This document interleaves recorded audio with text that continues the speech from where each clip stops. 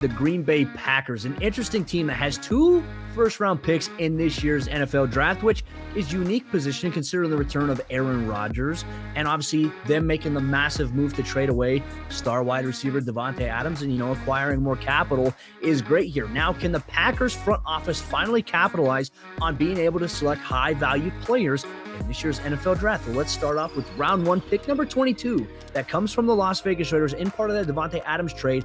You have them taking Treylon Burks, wide receiver out of Arkansas. Is this one of the key weapons that Aaron Rodgers will have so much fun with in 2022, alongside when we look at Allen Lazard and whoever else they have at wide receiver right now?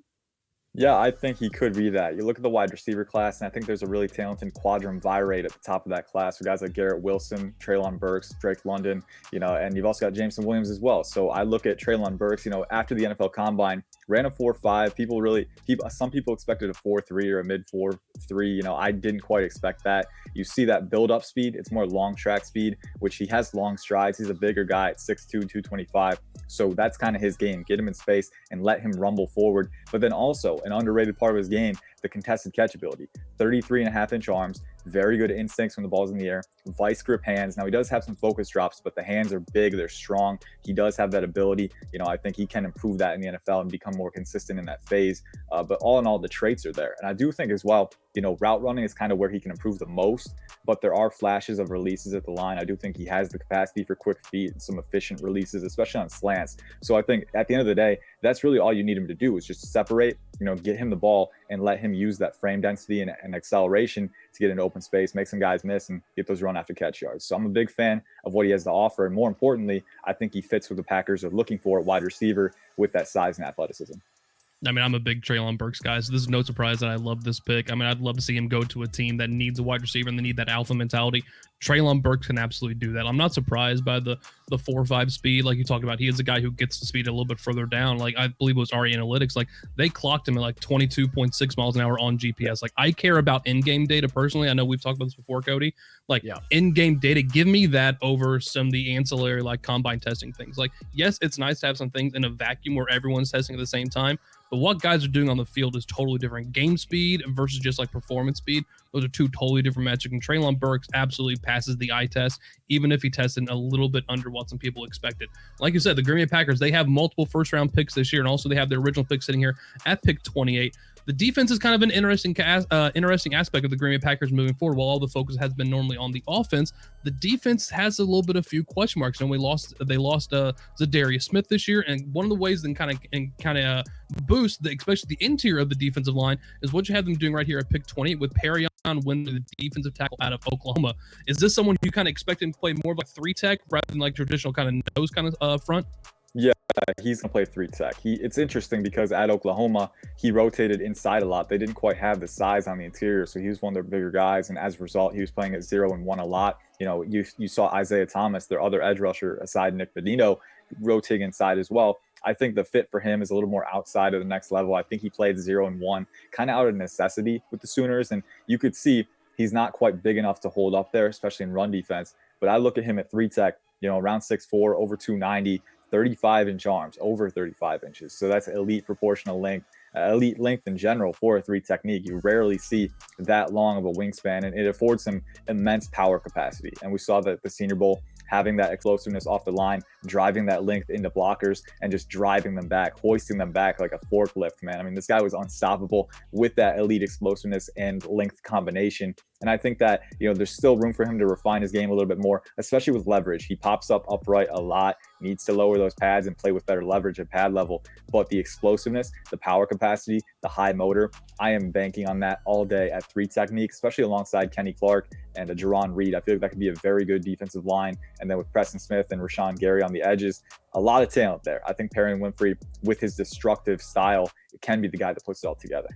Perry on my wayward son here as we move on to round number 2. 2 round 2 Rubbing picks. off. At pick number 53, this is from the Las Vegas Raiders, part of the Davante Adams trade. Another wide receiver, Alec Pierce, now out of Cincinnati. So now you add in Treylon Burks, you add in Alec Pierce alongside Amari Rodgers, Randall Cobb, and even Alan Lazard. This is turning out to be a pretty solid wide receiving core outside of, all the other questions about trying to replace a guy like Davante Adams. You simply can't do that, but you can add more depth to be able to produce that value across the board here.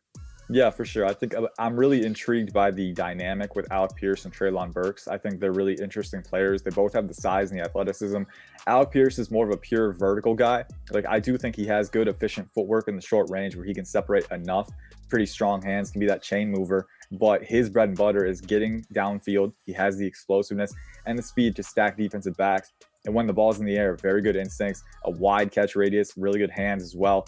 So I think that's kind of where he makes his money. Him and Burks both have that, contested catch ability, but Burks is more of the run after catch threat right now, more of the natural threat in that sense. Pierce doesn't have much of that. But I would love to see, Pierce getting downfield with that vertical ability, freeing up the short and intermediate ranges for Treylon Burks to get the ball. There's a lot of different permutations and commutations that you can use to get these guys the ball and use these playmakers kind of cohesively. And I love the dual-handed talent they provide. Alec Pierce, just another one. And he also fits the Packers' size profile. Again, over 6'3", in the 210s with his weight, ran in the 4.4s, had a 40-inch vertical. So again, all the athleticism, the size is there to work with. And he reminds me a little bit, just, off his frame and his athletic ability, of Roy Williams, the former Dallas Cowboys, Detroit Lions standout who made the Pro Bowl one year. So I look at him as a high-level athletic talent, get him in that offense, and there's a lot to work with. Yeah, and then once again, the Packers have another second-round pick coming up here, too. This one at the number 53. You got people sitting here once again kind of going back and forth between addressing the offense with the receivers, and then at this point, again, heading back to the defense, this time addressing the linebacker position with Quay Walker, the linebacker out of Georgia. This guy who kind of just needed to wait his time out on a very, very stout Georgia team, which I think we all kind of saw how historic that defense was. Is this one of those moves where, we're just banking on athleticism? Because he could be an absolute freak for the Green Bay Packers if the athleticism projects out to production on the field. Yeah, you're kind of banking on the upside here because he's being rumored to maybe crack the end of round 1 at this point. So if he does fall to the end of round 2, it's more of a value equation deal where you look at who's the best player on your board. If this guy has that upside where he can be an impact player, then you might as well take him and put him alongside Devondre Campbell. I love the upside with Quay Walker, and I don't think, it's really tough with linebackers because you look at a very important part for a linebacker at the second level is deciphering what's happening in front of you. How are your eyes, right? And we've seen, linebackers with bad eyes, they don't always have that developmental potential at the NFL level. Ideally, theoretically, it's something you could improve with film study, right? But some guys, especially in the second level, with things moving as fast as they do, sometimes habit takes over, and that can be really hard to break.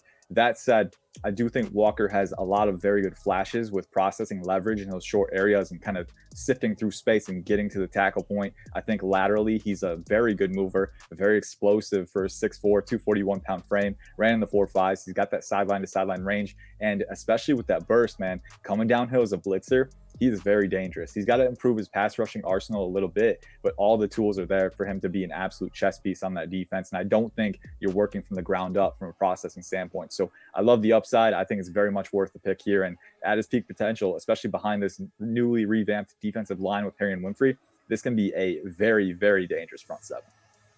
Taking a look at the rest of the Green Bay Packers mock draft here, kicking things off round 3, pick 92, adding Greg Dulcich, tight end out of UCLA, alongside the mix with Robert Tonyan, who has returned coming off of ACL injury. But then in round 4, pick 132, they go with Alex Wright, edge rusher out of UAB. Round 4, pick 140, JT Woods, safety out of Baylor. Round 5, pick 171, Eric Johnson, defensive tackle out of Missouri State. And then round 7, pick 228 from the Bears through the Texans, Jatir Carter, offensive tackle out of Southern. And then they get a kicker.